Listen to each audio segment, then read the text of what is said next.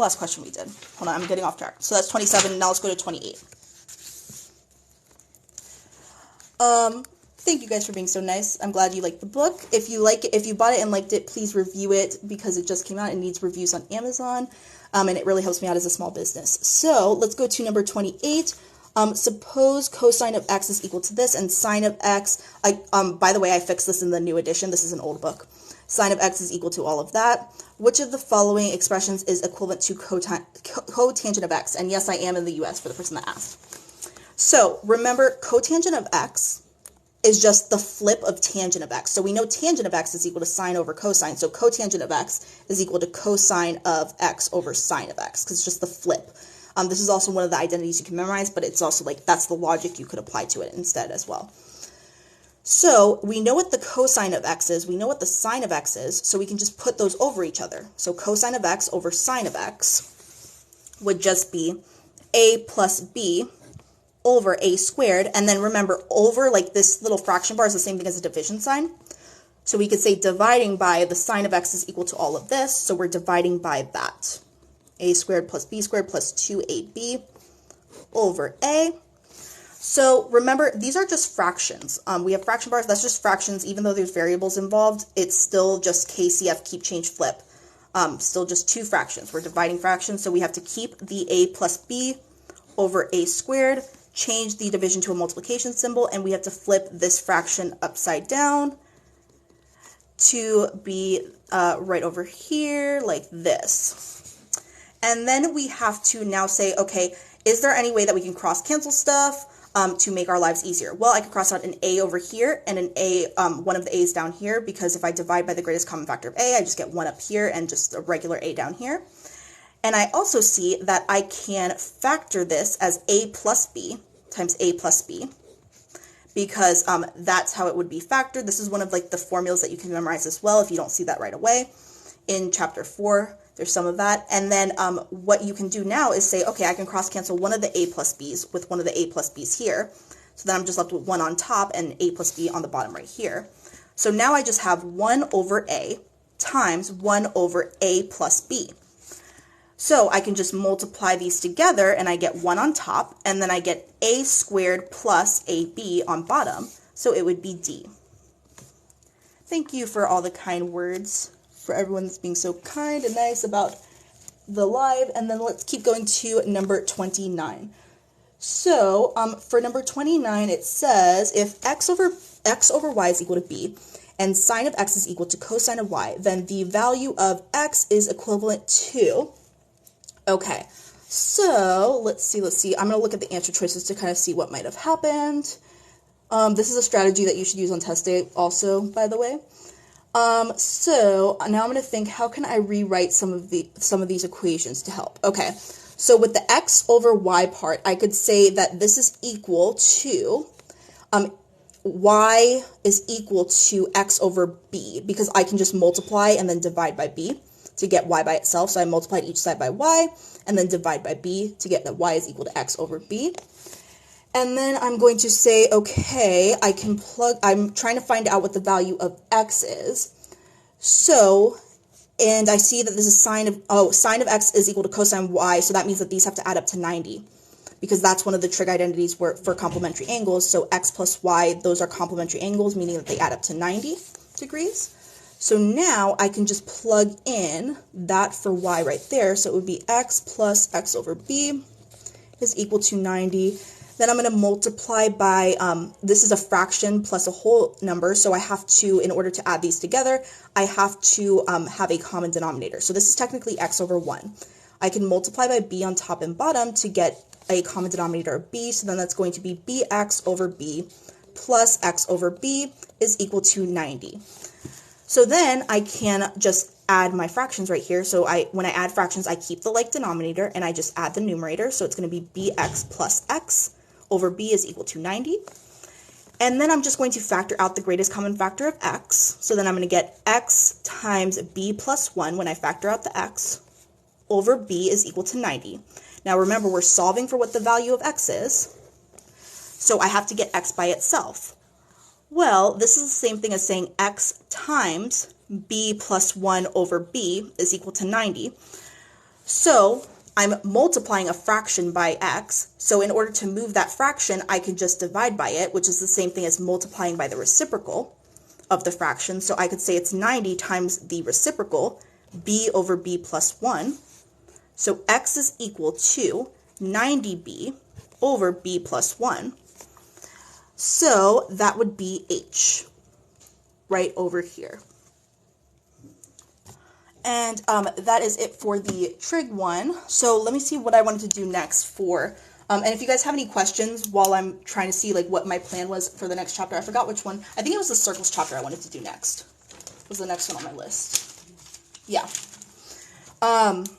If you guys have any questions, feel free to ask them while I'm switching to the circle stuff.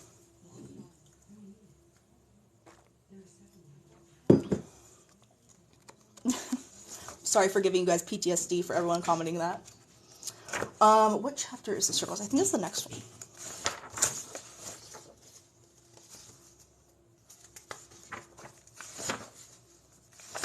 Yeah, okay. So really quick, these go up on YouTube later. If you're watching this and have my book, remember, try to just watch the brief summary at the beginning and attempt the problems on your own before doing the explanations, before watching my video with explanations to get the best results.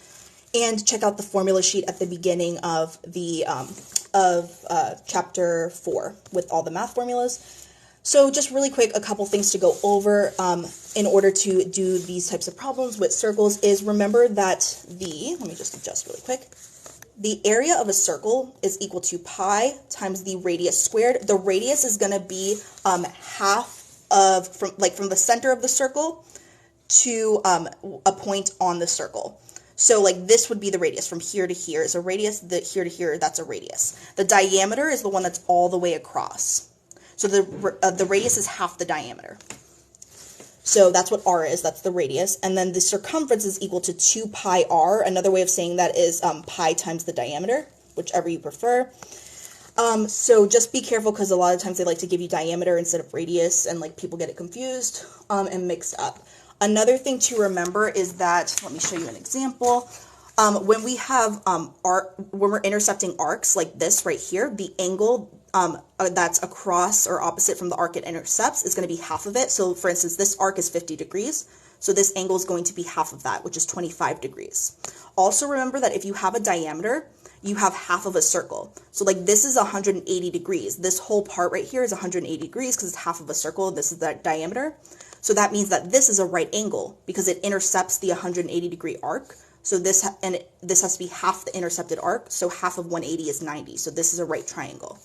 That's another one people forget often. And then also remember that the equation for a circle is this: x minus h squared plus y minus k squared is equal to the radius squared, where h comma k is the center of your circle. So those are just some quick reminders before we get started.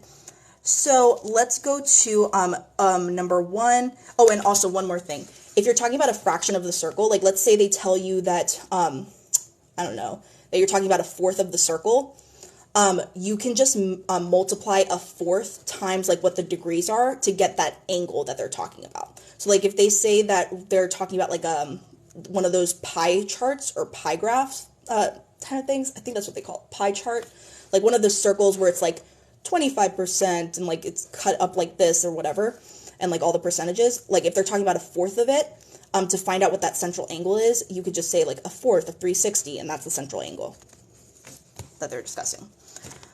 So let's go to number 1. It says if the area of a circle is 81 pi square feet, then what is the circumference of the circle in square feet? So we're trying to find circumference, and they told us the area. So remember, area is equal to pi r squared.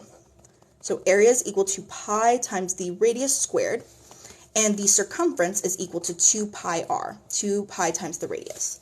Well, they told us that the area is equal to 81 pi. So I'm going to replace area with 81 pi, and I'm going to say that's equal to pi times the radius squared. I can use this to find the radius, and then I could plug that in to the circumference formula to find circumference. So I can cancel out the pi's on each side, so then I get 81 is equal to r squared, so that means that r has to equal 9. So now to find the circumference, I just plug in 9 for r, and I get that the circumference is equal to 18 pi. So it would be C. Can we get some calculus? I'm trying to focus on promoting my books my 2 new books that I've written, so I'm trying to focus on just ACT and SAT right now, but I will do calculus eventually later on my channel. And then do you know of any website I can write the SAT for free and get admitted? You mean practice for the SAT for free? Yeah, khanacademy.com. Also, I have some free resources available on my website. Like I have, my YouTube channel is linked on my homepage, and like my TikTok, obviously, which you're already on. So there's like free videos and stuff on that. And I have some free worksheets on my Teachers Pay Teachers, which is also linked on my homepage of my website. So how is that 9? Because 81, so if you cross out the pi's, it would be 81 is equal to r squared. So what number squared equals 81? Well, 9 squared equals 81. So r is 9.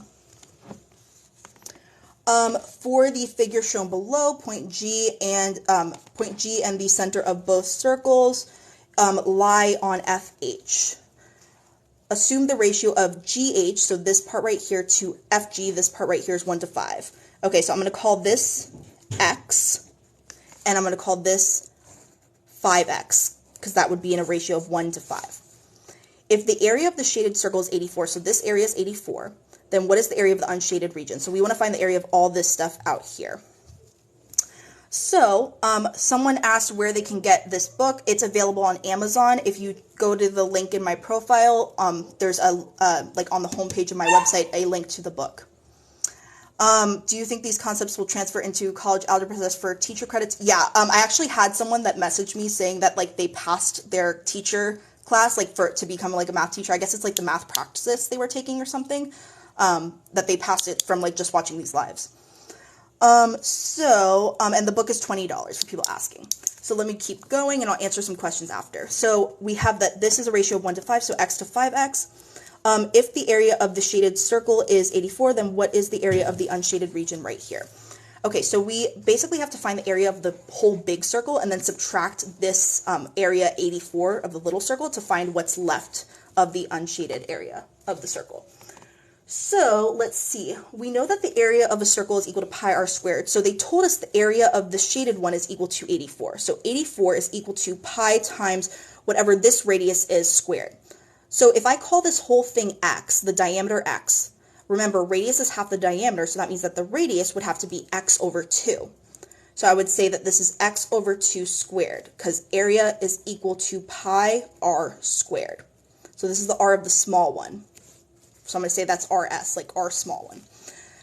So I can use this and I could solve for what x is, because if I want to find, remember, the area of the unshaded part is going to be the area of the big one minus the area of the small circle. To find the area of the big one, area is pi r squared, right? Well, the radius is g, both circles lie on the center. So g is not the center, but we could say that the whole diameter here is equal to 5x plus x, so that's 6x. So then the radius for the big one, radius big, RB we'll call it, is equal to 6x over 2, which is just 3x, because we say that the whole diameter divided by 2 is the radius. So 6x divided by 2, it gives us the radius of the big circle. So if we find out what x is from this equation, we could plug that in to find the area of the big one, and then subtract the area of the small, which we already have. So let's do that. We're going to say that 84 is equal to pi times x squared over 4, because I'm just squaring this part right here. And then I'm going to say, okay, I'm going to multiply each side by 4, and when I multiply each side by 4, I'm going to get that that's equal to pi x squared is equal to 336. So then x squared has to be equal to 336 over pi. Now, you could get x by itself, but remember, we're going to be squaring the radius over here anyway, so I might just want to keep it like that to make my life easier. So if I write out the formula for the area of a circle, it's pi r squared, right? I know that the radius for the big circle is 3x, so that means the area of the big circle is going to be pi times 3x squared minus, and I know that the area of the small one, they already told me, is 84. So when I simplify this, that's just going to be 9 pi x squared minus 84. So instead of just finding what x is, I could just plug in what x squared is to save myself time. So then that would be 9 pi times x squared we found was equal to 336 over pi minus 84. So I can cross cancel the pi's right there. So then it's just going to be 9 times 336 and then minus 84, and that'll give me my answer. So 9 times 336 is going to be 3,024, and then I'm going to subtract 84, and that's going to give me 2,940, which would be H. Okay, let me just get water really quick, guys. So now let's go to number 3. So it says a circle is inscribed in a square, so like that looks like this basically. So, like, this is what they're talking about. Sorry for my terrible circle. How long am I staying on live? So I'm going to finish the circles chapter, and I might come back for a live later today if I feel like it. So, so I'm basically finishing this chapter, which I think is like 20 questions or something. 23 questions. So, we have a circle inscribed in a square. The square has a side length of 10 units. So, it's a square, so every side is 10. If the shaded region is the part of the square that is outside the circle, so like this part is shaded basically, part outside the circle, then what is the area of the shaded region? So we want that area. So the area of the shaded region would be the area of the square minus the area of the circle. So area of the square is easy. That's just 10 times 10, so 100. Minus the area of the circle. Remember, area of the circle is pi r squared, so we need to know what the radius is. Well, we know that if it's inscribed in a square, we have that this would be the diameter. So the diameter is 10, which means that the radius would be half of that, which is 5. So this would be equal to pi times 25, because 5 squared is 25. So 100 minus 25 pi, H. How is your dog doing? My dog is doing, she's a little bit better. She's kind of just lethargic and like hanging out. She's right over there. She has a bunch of blankets that she's cuddled up into because we had to take away her dog bed to like sanitize it and everything. But yeah, she has like, we have to only use paper plates and stuff with her now. I accidentally used a regular plate. Whoops. But I have to throw it out now. But yeah, she's just kind of like chilling and hanging out on her blankets. Is this the SAT? This is for the ACT, but a lot of the types of questions that they ask are similar. So like this will help you with both. Are the questions the same as the book? What do you mean? Like this is my book. So yeah, they're the questions from my book. What happened to her? She has kennel cough right now. I had to take her to the emergency room the other night, and people were all like on the live hearing her like cough in the back. When I came to this live, it gave me instant anxiety for my semester. Sorry about that. Okay, so let's keep going. Number 4, if the diameter of a circle has endpoints 2, 4 and 12, 24, then what are the coordinates of the center of the circle? So, let's see, so the endpoints of the diameter of circle are that. So the coordinates of the center, so think of it like this. It doesn't have to be perfect. Like, obviously, this is not where 2, 4 and 12, 24 are, but I'm just like drawing a random circle. So these are the endpoints they're saying of the diameter, which just goes through like the center and like all the way to the other side of the circle. So like it looks kind of like this, where these would be the endpoints. So if we want to find the coordinates of the center, which is like this dot over here, we would just find the midpoint of this line right here to find the coordinates of the center of the circle. So you use midpoint formula, which says that you just add the endpoint x's, divide by 2, and you add the endpoint y's and divide by 2, which just looks like this. So it would be 2 plus 12 divided by 2, comma, that gives you the x, and then now do the y's added together and divided by 2. 4 plus 24 divided by 2. So then that's going to be 14 over 2, comma, and then this is going to be 28 over 2. So then that just simplifies to 7, comma, 14. So it would be equal to C. How is the unit circle useful? I mean, you need to know some of the stuff. Like, you don't need to memorize it for the ACT exam, but like for your calc classes and like pre-calc and stuff, you usually need to like memorize it. But you get and it can help you be faster on the ACT as well if you have it memorized. Number 5, which of the following represents an equation for a circle with an area of 36 pi and a center of 0, 4? So remember, the equation for a circle is this, where r is just the radius, so it's like the radius squared, and then h, k is the center of your circle. So the center of your circle is given to you, so you know your h, k. So you know that it's x minus 0 for h plus, and then y, the k is going to be -4, so minus -4 squared equals r squared. So minus and minus is just plus.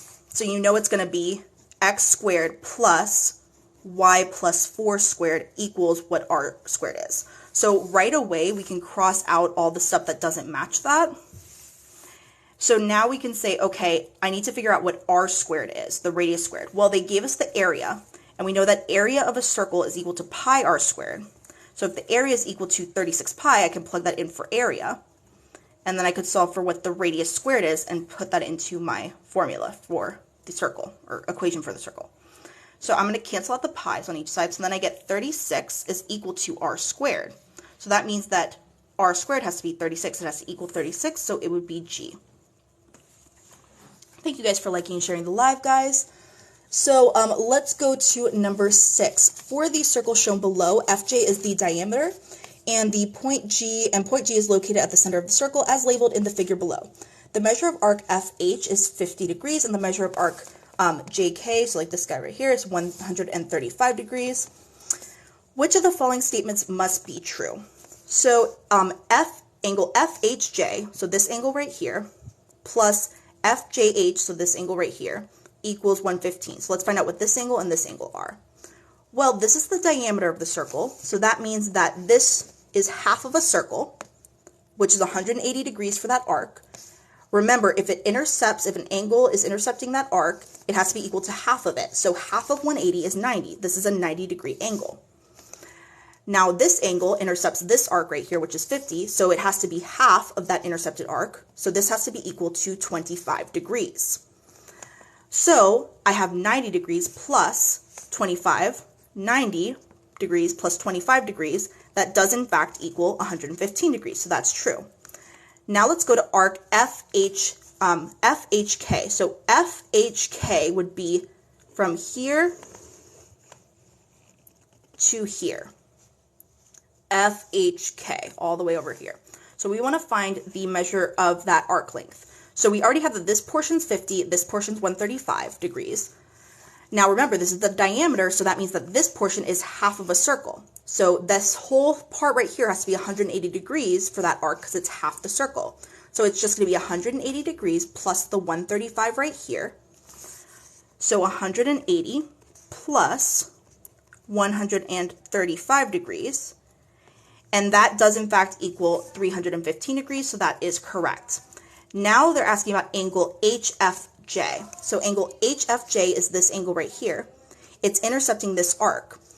So it's going to be half of whatever the degree of this arc is. Remember, this is half of a circle.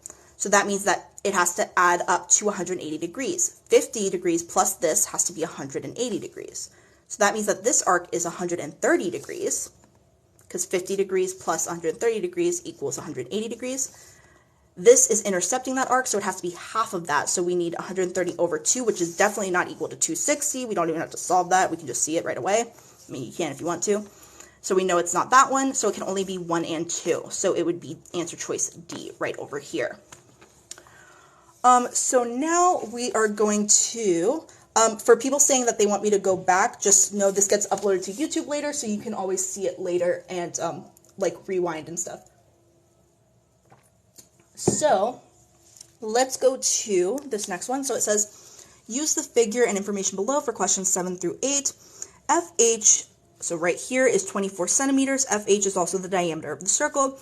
FG has a midpoint at point C right here. So That's the midpoint right there. The coordinates of point G are, okay, so we want to know what is this point right here, point G. So if this is the midpoint, 4, 3 is the midpoint, and these are the endpoints, G and F are the endpoints, we can use midpoint formula to find out what G is. So let's call the coordinates like it's this mystery X and this mystery Y value. Midpoint formula says that if we add the X's for the endpoint, so X plus 8, and we, actually let me write it out differently. If we add the endpoints for the X's, like X plus 8, and divide by 2, we should get the X value for the midpoint, which is 4. So let's multiply by 2 on each side. So we get X plus 8 is equal to 8. So then we would subtract by 8 on each side, and we get X is equal to 0. So automatically I can cross out C and E, and if you were in a rush, you have a better shot at getting it right because you have 3 choices left. But we want to keep solving to get the actual right answer. So now let's do the same thing with the Y's. Y plus 12, again, this is just midpoint formula, divided by 2 is equal to the Y for the midpoint, 3. So then I would get Y plus 12 is equal to 6, because 2, if I multiply by 2 on each side, that's what I get. And then I subtract 12 on each side to get that Y is equal to negative 6. So it should be 0, negative 6, which is A. Someone asked about any advice for upcoming 9th graders. Yeah, find like what like your passion is, what you're gonna like kind of theme your application towards, and start like doing your extracurriculars and stuff towards that, because it looks disingenuous if you just start something and like say it's your passion junior year or something. So like try to be on like that trajectory of knowing what you're gonna theme your application about. So then let's go to number 8. So it says the length of GH is, so we're trying to find the length of GH. So let me just I'll just say it's GH that we're trying to find, this right here. We're trying to find the length of GH. Okay, so let's see. If this is the diameter, then that means that this is 90 degrees, because diameter means that it splits the circle in half right here, so this is 180 degrees for that arc. And the angle that intercepts that arc has to be equal to half of that. Half of 180 is 90, so this is a right triangle right here. So what I could do is I could use Pythagorean theorem to help me solve this, but I already know what this side is. I need to know what GF is. To find the length of GF, since I know that this is now 0, negative 6, I can use the distance formula to find this distance. So I find the distance of GF, then I can just use Pythagorean theorem to solve for what the question mark is. So the distance of GF is equal to the square root of, so remember distance formula says that you're just going to subtract the x's, and if you want to look back at this later on in the video, it's going to be in chapter 4. You subtract the x's and square it, and then you add it to the subtracted y's and square it. So my points that I'm using for the distance of GF is going to be 0, negative 6, and 8, 12, because those are the endpoints for that line. So my x values that I'm going to be subtracting would be, I'm going to do 8 minus 0 squared plus, and then I have to do 12 minus negative 6 squared. So then that means that the distance of GF is going to be equal to, that's going to be 8 squared plus, and then this is going to be minus and minus, so that's plus, so 12 plus 6 is 18, plus 18 squared. So then the distance of GF is going to be equal to, that's going to be 64 when I do 8 squared, and then, hold on, so it's going to be 64 plus, that is going to be 388. So when you square each of these and add them up, you're going to get 388, the square root of 388, and then so now I know that that's the distance up here. It's equal to that. You could simplify this if you wanted to, but like that's going to waste time. Oh, and also I forgot to say that for number 8, I had switched the answers in the new book. So this was supposed to be 2, the answer choice here is supposed to say 2 root 47. I'll edit that into the beginning of the video later. But we have that the whole distance over here is going to be equal to root of 388. So now that I know this, I can use Pythagorean theorem to help me find out what the question mark is. So this question mark squared plus the square root of 388 squared is equal to 24 squared. So then I have the question mark squared plus 388 is equal to, and then I have 24 squared, that's going to be equal to 576. So then I just have to subtract 388 from each side to get the question mark squared by itself. So that's going to cancel out. So then I get question mark squared is equal to, and that's going to be equal to 188. So now I just have to square root each side to get the question mark by itself. So then the question mark is going to be equal to the square root of 188. So then I just have to think, okay, what are the factors of 188? So I can simplify this. So that would be 47 times 4. And then, so 4 is a perfect square that I could take out. So this would be equal to, 2 is what you take out because 2 squared is equal to 4. And then I would leave the root 47 on the inside. So it would be equal to h. Again, I changed this problem in like the new version. So that's why it's like written like, I had to like change it right there. There was a typo. But it's edited in the new version. So then number 9 says a pizza is cooked into a perfect circle that is then cut into 9 equal slices. If the pizza has an area of 49 pi, then what is the perimeter of one of the pizza slices? Okay, so we have a pizza and it's cut into 9 equal slices. So I'm going to try my best to draw nicely. 9 slices is going to be annoying to draw. I'm going to just say, you guys can picture it. So there's 9 of these basically that make up the whole thing. And we're looking for the perimeter of one of these pizza slices. And it says that the area of the entire pizza is 49 pi. Area of a circle is equal to pi r squared. So that means that 49 pi is equal to pi r squared. And that would give us the radius, which would give us 2 of the sides of this pizza slice. So I can cross out the pi on each side, so then I get 49 is equal to r squared. What number squared equals 49? Well, that would be 7. So r is equal to 7. So that means that this side is 7 and this side is 7. So I'm just missing this portion right here to figure out what the perimeter is. So remember, the entire like circumference around the circle is kind of like perimeter, but for a circle. So if you're talking about the entire circumference of the circle, and then you are talking about it being cut into 9 different slices, that means that this portion is 1/9 of the whole circumference, because it's 1 out of the 9 parts that it's been cut into. Now remember, circumference is equal to 2 pi r. And so we know what r is, so we can plug it in to find the circumference, and then if we just multiply that by 1/9, we find out what this portion is. So 1/9 times 2 pi times r, which is 7. So we could say that this portion right here is going to be equal to 14 pi over 9. So 14 pi over 9 is this part. Now we want the perimeter of the whole pizza slice, so we have to add up all the sides of the slices. So we have to do the 14 pi over 9 plus the 7 plus the other 7. So it's 14 pi over 9 plus 7 is 14, so that would be B. Okay, so let's keep, someone asked, will calculus be tested on this paper? No, this goes up to calculus, but not including calculus. So we should memorize the distance formula and midpoint formula. Yeah, it's part of the top 20 formulas in the chapter 4 of my book. So yeah, definitely, because that's on the top 20 sheet. And then someone asked, can't you just know the answer at this point, plus 14? I mean, yeah, like you could make an educated guess, but like to know what the other part was, you technically have to. Because like, what if this was wrong? Then it cannot be determined if this portion was wrong. Do you have a sheet with all the formulas? And I'm going to answer the question before that after. Yes. So I have my book, which comes with it, with all the formulas. There's like a top formulas part of the book, which like has, let me get out to the chapter 4. Chapter 4. So yeah, there's like this, which has the top 20 formulas. These are like the main math formulas, and like at the end of the ACT book, there's going to be like, and I like do examples for you and like the videos and stuff. So it has like the formulas and stuff, and I tell you like extra ones you could add, but that aren't really on there as much if you want. So there's that in my book. I also have a cramming guide, which basically has like these pages of formulas, the first couple ones that are like most important for you to know.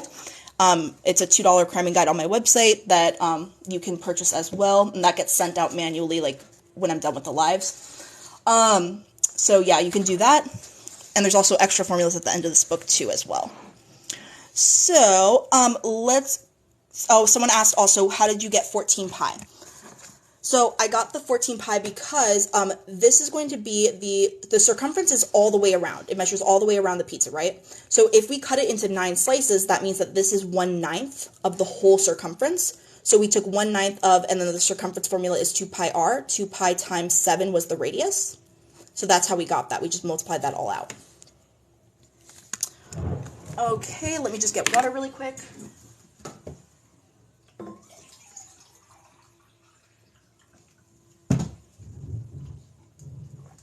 Oh, and I totally am not checking to make sure my key is right. I always forget to do that, which is the whole point of this. Yes. No typos. Good. Okay. So let's go to the next question. It says a circle has a center located at 2, 3, and passes through the point 7, 15. Based on the information, which of the following statements must be true? Okay. So center at 2, 3, and it passes through the point 7, 15. Again, this is not going to be like exactly where they are, obviously, on a coordinate grid, but it basically, like, if we want to draw like a rough diagram, this is the center, and then we have that this is 7, 15, like a point on the circle. All points on the circle are equidistant from both 2, 3 and 7, 15. So all the points on the circle are going to be the same distance away from the center, like no matter where you draw it, but they're not going to be the same distance away from 7, 15, because you could have like one over here. That's the same distance from the center, but not 7, 15, and you could have one closer, like over here. That's going to be closer to 7, 15. So that's not true. Then we have for number 2, all the points in the circle are 13 coordinate units away from 2, 3. So this is the center of the circle, 2, 3. Now, if the radius is 13, if r is 13, that would be true. But we don't know if r is 13. We have to figure that out.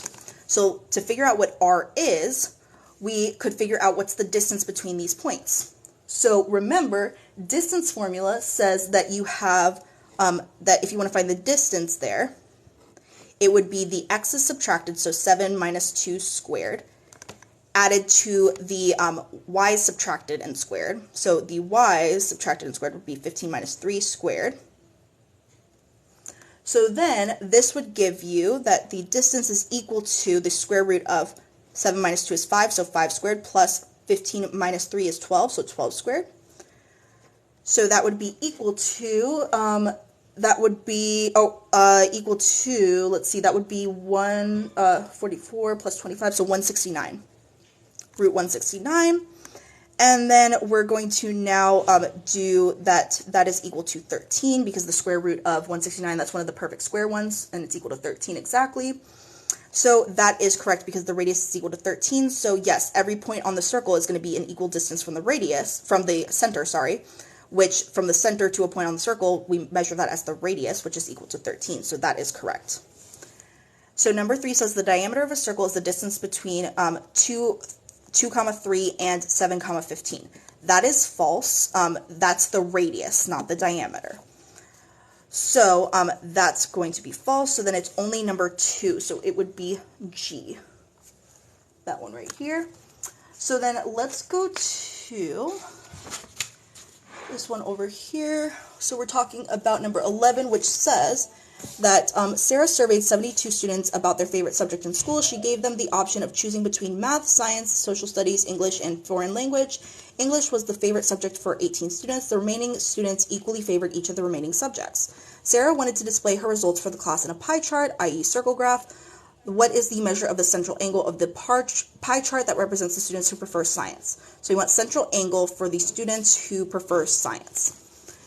So they said 18 people said English was their favorite. And then we have that the same amount of people, like the remaining students, equally favored each of the remaining subjects. So we can call the number of students that favored math, science, social studies, and foreign language X. And there's 72 students total. So if we do X plus X plus X plus X plus 18, we get 72. Well, that would just be 4X plus 18 is equal to 72. And then if we solve for X, that would be how many students like science. So then let's subtract 18 from each side. When we do that, we get 72 minus 18. That's going to be equal to 54. So then we're going to get 4X is equal to 54. So then I just have to divide each side by 4. And that's going to give me that X is equal to 13.5.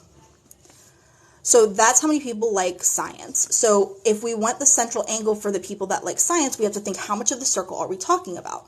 Well, we're talking about 13.5 out of the part that we're talking about is 13.5 out of the whole, which is 72. So we're talking about that portion of the circle and we want to know what the central angle is. So we're talking about this much of the circle. An entire circle is 360 degrees.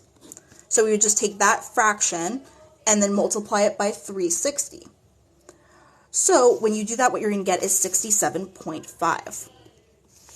And then, wait, what do I have to take this for? This is for the, we're doing ACT practice right now.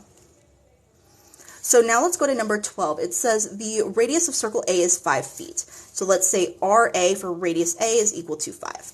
The radius of circle B is 50% larger than the radius of circle A. So let's find out what radius B is. So it's 50% larger, so that means it's going to be 150% of 5. So is equal to 1.5, that's 150% as a decimal, times 5. So that's going to be equal to 7.5 for radius B. Approximately how much larger is the circumference of circle B than the circumference of circle A in feet? So the circumference of circle B is equal to, remember circumference is 2 pi r, so that would be 2 pi times radius B, which is 7.5. The circumference of circle A would be equal to, and then that's going to be 2 pi times the radius of A, which is 5. So then this is going to be equal to 15 pi. This is going to be equal to 10 pi. So then if we want to know how much larger the circumference of circle B is than circle A, we subtract those. So it would be 15 pi minus 10 pi, so that's going to be equal to 5 pi. Now remember, it said approximately, so we have to do 5 times pi in our calculator. And when we do that, we're going to get 15.70796 yada, yada, yada. So that's going to be closest to G, 16. Someone asked, wait, so all of this is for ACT, like it wouldn't apply to SAT because I'm taking SAT? No, a lot of this does apply to SAT as well. So like this will still help you. It's just that the questions are asked differently, and there's some extra topics on the ACT that aren't on the SAT. But like watching an ACT live will help you with SAT, vice versa. So 13, the circle shown below has a center C and a central angle ACB that equals x degrees. The radius of the circle is 6. The length of the minor arc AB is between 3 and 4. What is one possible integer value of x? So we want to know a possible integer value of x. We know that the radius is 6. So these are 6 because C is the center of the circle. So then what we're going to do is we're trying to find the value of x. They said that that this arc is between, it could be between 3 and 4 is the length of this arc AB right there.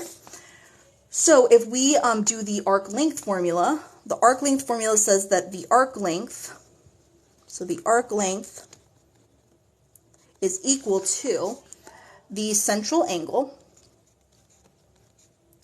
over 360 degrees times 2 pi times the radius. So we have two different scenarios for arc length. So we have the arc length could equal 3, and then it's going to be equal to the central angle, which is x, over 360 times 2 pi, and then times the radius 6. And then we also have the situation where 4 is equal, it could be between 3 and 4, so 4 could also be the other end of the spectrum for the arc length, and it's equal to x over 360 degrees times 2 pi r, which is 6. So then I would just have to multiply this out, solve for x, so then I'm going to get that 3 is equal to 12 pi times x over 360. And then over here I would do the same thing, so I would get 12 pi x, 4 is equal to, 12 pi of x over 360. So then I'm going to solve for x by you can say that you're going to simplify this, or you can multiply and then simplify, whichever you prefer. So if you just simplify first, we could say that 12 cancels out with this, and 12 goes into 12 one time, so that's just a 1, and then 12 goes into 360 30 times. So then we could say 3 is equal to pi times x over 30. So then we could just multiply each side by 30 and get that that's x is equal to 90 divided by pi, because then you would divide by pi to get the x by itself. And then over here, you would do something similar. You're just going to say, okay, that cancels out to 1. 12 goes into 12 one time. It goes into 360 30 times. Then you have pi x over 30 is equal to 4. So then you could just say, okay, I'm going to multiply each side by 30. That's going to be 120. Divide by pi to get x by itself. So then we have that it could be between these values, because if it's between these arc lengths, it's between these central angle values. So it could be anywhere between 90 over pi that we have for x, or 120 over pi. So then you would just plug that into your calculators to see like approximately where would that be. So if you plug 90 over pi into your calculator, you're going to get 28.647 yada yada yada. And then if you plug in 120 over pi into your calculator, you're going to get 38.197 yada yada yada. Now remember, it said possible integer value. So it could be any number between 29 basically and 38. So a number between 29 and, it could be like a little bit, like, it could be a little bit, like, it could be 29 to up to 38. So, like, including is what I mean to say. So it's going to be 29 for B. Someone asked, so this section you're doing would help with the SAT as well. Yes, actually, this is one that, for some of them, if I saw a really good question in the SAT book, after I finished writing all the problems for, like, the ACT stuff, I took, like, extra problems to add to this book, and this is one of those problems, like, that I thought would be also helpful for the ACT, so I copied it over. And then someone asked, is SAT similar to the TAS test? Yes. So, like, a lot of those tests, all of those are, like, very similar, like, basic algebra concepts and stuff. Like, you're going to practice and, like, those types of things, and it's going to help you with the exam. They're not, obviously, they're different exams. So, I would say, like, the SAT, I would think, is a little bit harder. But a lot of the practice is going to be, like, helpful because it's a lot of the similar basic math concepts. Any books that you would recommend to help me pass my GED test? So I can't really think of any off the top of my head right now. It's been like over a year or two since I've helped someone with GED practice. But like a lot of the stuff is similar to SAT prep. It's just like less hard. You basically just want to like do practice test after practice tests. So what SAT books would you recommend? For SAT, I would recommend my book. But I'm a little biased. So this is my book. It just came out on Amazon, Overcoming SAT Math. And this book is the ACT one. This one's the SAT one, but they're set up in a similar way. It's just different questions mostly, where it's just, there's a diagnostic test at the beginning, and then you have like little like quizzes throughout the thing. There's like 9 quizzes spaced out throughout the book on like the most frequently asked questions on each of the exams. And there's a review test at the end, and there's obviously like a chapter on each topic. Like this is the circles chapter. So then let's go to the next one. Given that a circle has an arc length of pi over 2 and a radius of 6, what is the measure of the central angle of the circle in degrees? Okay, so this one, I think we're going to use the arc length formula, yeah, because that's arc length. So arc length, remember, is equal to the central angle over 360 times 2 pi r. So arc length is going to be pi over 2, and that's going to be equal to, and then that's going to be the central angle, which is what we're solving for, x, over 360, times 2 pi times the radius, which in this case is 6. So what we're going to do is we're going to multiply all that out, and then simplify. So we get that pi over 2 is equal to 12 pi x over 360. So again, 12 goes into 12 one time, it goes into 360 30 times. So then we could say, okay, I'm going to multiply each side by 30, so then I'm going to get 30 pi over 2 is equal to pi x. I can cancel out the pi's, and I could say that 30 divided by 2 is 15, so 15 is equal to x, so it would be G for this one. Okay, and hold on, I'm not doing what I'm supposed to be doing and checking that I don't have any mistakes on the answer key, so hold on one second. Because every time I do this, I try to do an extra round of edits just to make sure. Okay, so let's go to the next one. So it says, use the information and figure below to answer questions number 15 through 17. So we're using this. So in the figure below, line N is tangent to the circle with center M at point A. Okay, so tangent means that this is going to be forming a right angle right here. So we know that these are perpendicular to each other if they're forming a right angle with each other. So if we can figure out like information about this line, it could tell us more information about this line as well because we know that they're perpendicular. what is the slope of line n? So to know the slope of line n, we could say, okay, what's the slope of this? And then just take the negative reciprocal. So to find the slope of this, we would just use slope formula, which says that we would subtract the x's, or sorry, subtract the y's, so like 5 minus 2, and put that over the subtracted x's, 3 minus negative 1. So it's going to be equal to 3 over minus and minus is plus, so 3/4. So that's this slope. We're looking for the slope for the perpendicular, which is just the negative reciprocal. So this slope is going to be equal to negative 4/3, negative flip. So that would be G. What is the equation of line n? So to find the equation of a line, that's just y equals mx plus b. We know what m is. We know it's negative 4/3, but we don't know what b is. But we have an x comma y, like a point that goes on that line. So what we can do is we can plug in all the values we know, the slope, m, and the x and y that they gave us, and solve for b. So we could say that we're going to get 5 is equal to, because I'm just plugging in 5 for y, negative 4/3 for m, and then I'm going to have 3 for x plus b. The 3's cancel out there, so then I have 5 is equal to negative 4 plus b. So then I have to add 4 to each side to get b by itself. So then I'm going to get 9 is equal to b. So now if I plug in all that information into the formula, I get y is equal to negative 4/3 x plus 9. So that's my equation, but here, and I'm going to write it down here just so it's easier to reference. So y is equal to negative 4/3 x plus 9. You'll see that it doesn't look like any of these right here. So all we have to do is make it say, we ask ourselves, how are we going to make this equation look like one of these over here? Well, I could multiply the whole equation by 3. That would give me 3y is equal to negative 4, because 3 is canceled there, negative 4x, plus 3 times 9 is going to be 27.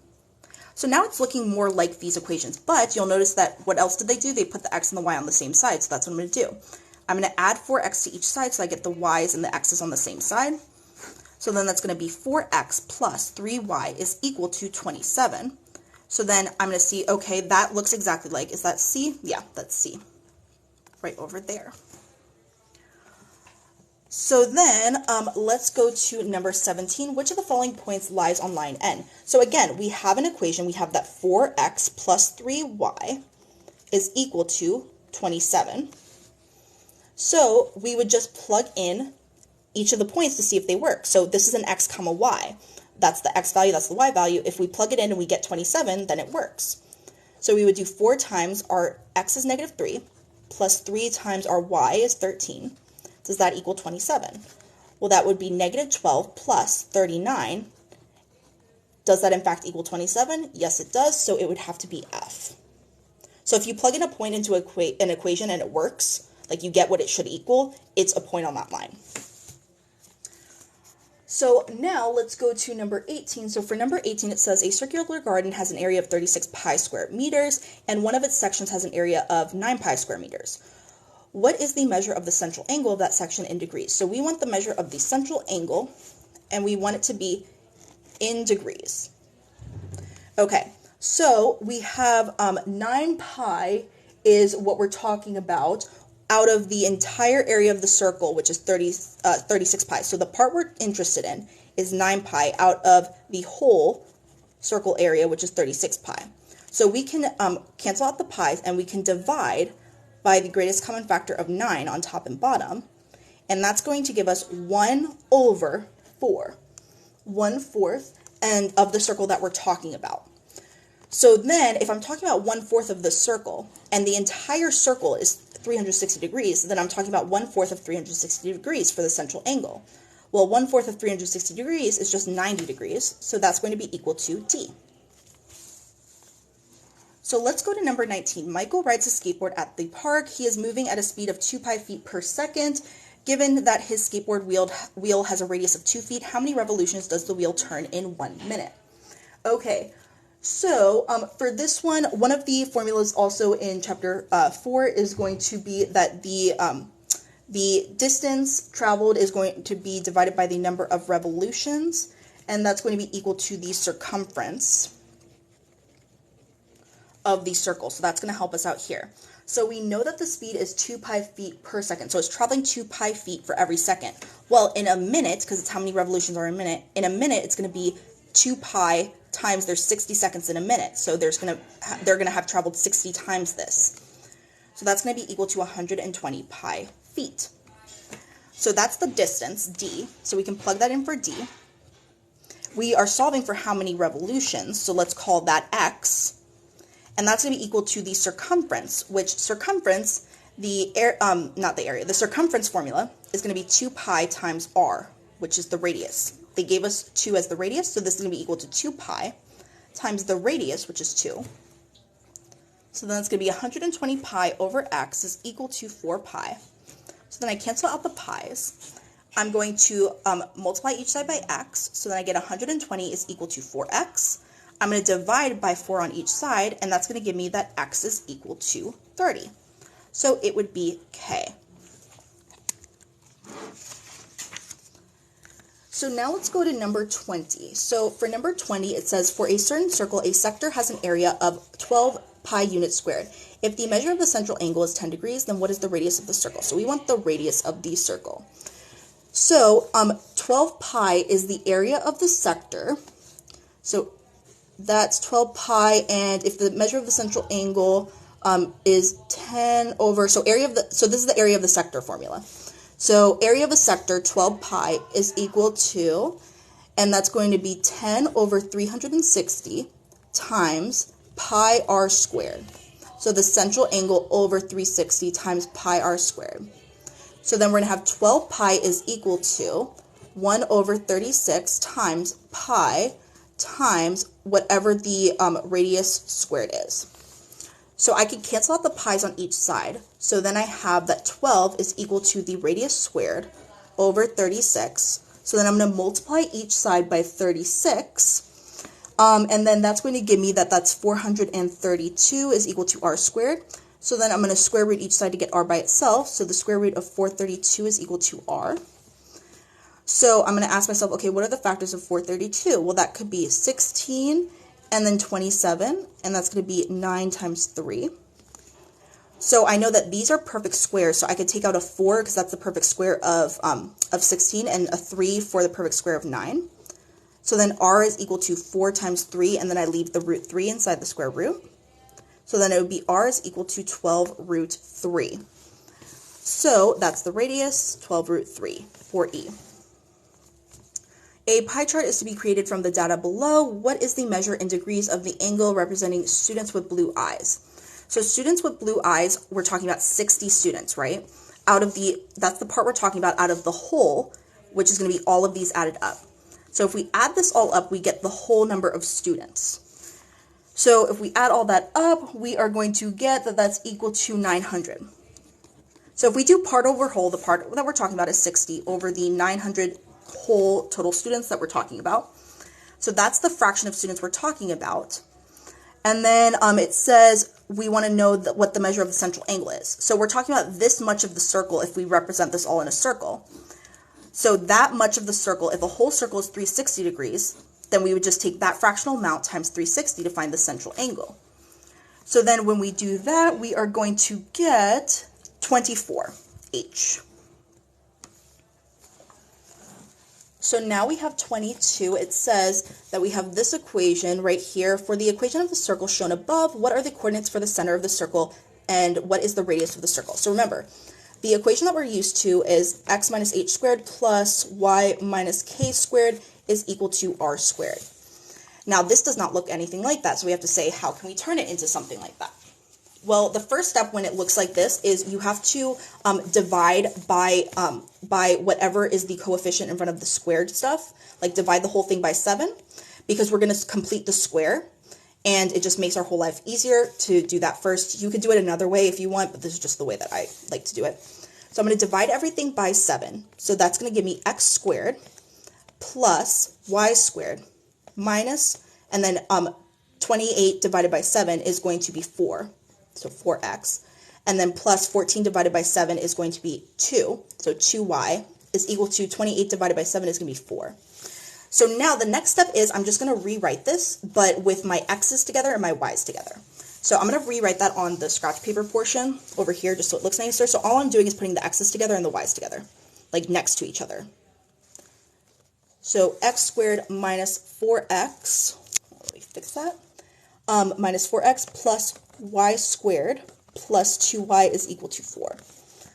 Okay, so now what I'm going to do is I'm going to do something called completing the square. And what you do when you complete the square is, I like to put like a blank space next to the x part and a blank space next to the y part.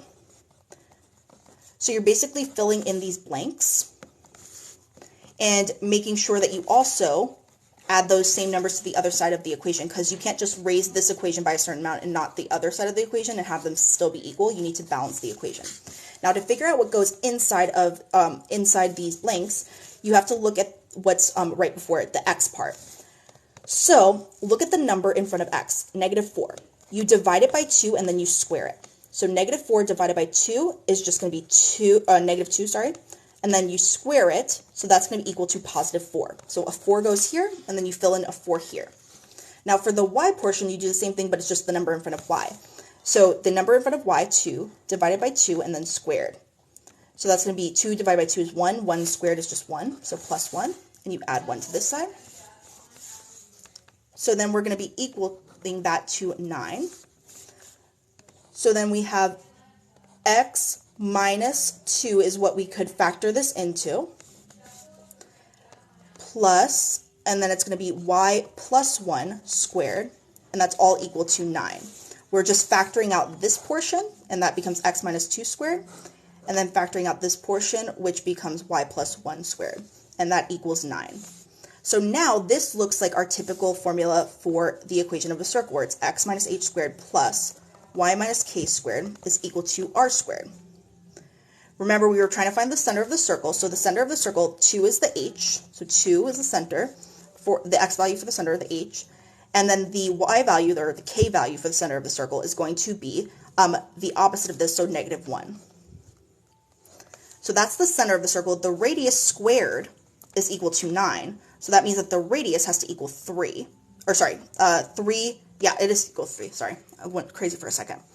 So we're going to see what matches that. So 2 comma -1, or sorry, 2 comma -1, yeah. 2 comma -1, so it can't be this one or this one.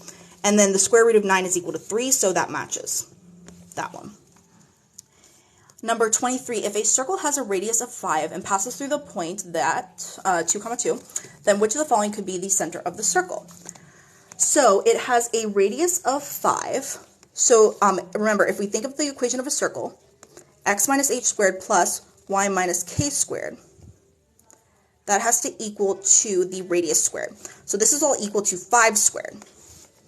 And then we have, what else did they give us? They gave us a point, so they gave us an x and a y on the circle. They gave us 2 comma 2. So we could replace x and y with 2. So it's 2 minus h squared plus, and then 2 minus k squared is equal to 5 squared. So 5 squared is 25. So now if we rewrite this, it's looking like this. And now h comma k represents the center of the circle. That's h comma k. So we can plug in each of these values for h and k and see if they work to give us 25. So let's plug in 2 for h here. So 2 minus 2 is 0. 0 squared is 0. Plus 2 minus 0 is 2. 2 squared is 4. So 0 plus 4, that does not equal 25. Let's do it for the next one. So the next one says -2 and -2. So if I do 2 minus -2 squared plus 2 minus -2 squared, does that equal 25? So that would be minus and minus is plus. So 2 plus 2 is 4. So 4 squared is 16. Plus minus and minus again is plus. So that's going to be 4 squared again, 16. That does not equal 25. So nope. So now let's plug in 2 comma -2. So we're going to plug in a 2 in for h. And then we're going to plug in a, what does that say? -2 for k. And see, does that equal 25? Well, that would be 0 squared plus 4 squared. So 0 plus 16 does not equal 25. So nope, it's not that one either. So now we're going to plug in for h and k. H is going to be 1 and k is going to be 2. So we're going to say 2 minus 1 squared plus 2 minus 2 squared. Does that equal 25? So that's going to be 1 squared plus 0 squared. No, that does not equal 25. So it must be k, but let's just verify. So we're going to do h is going to be -1 and k is going to be -2. So 2 minus -1 squared plus 2 minus -2 squared is equal to 25. So then minus and minus is plus, minus minus is plus. So this is going to be 2 plus 1 is 3, so 3 squared is 9, plus 2 plus 2 is 4, so 4 squared is 16. And that does, in fact, equal 25. So that is a point on the circle.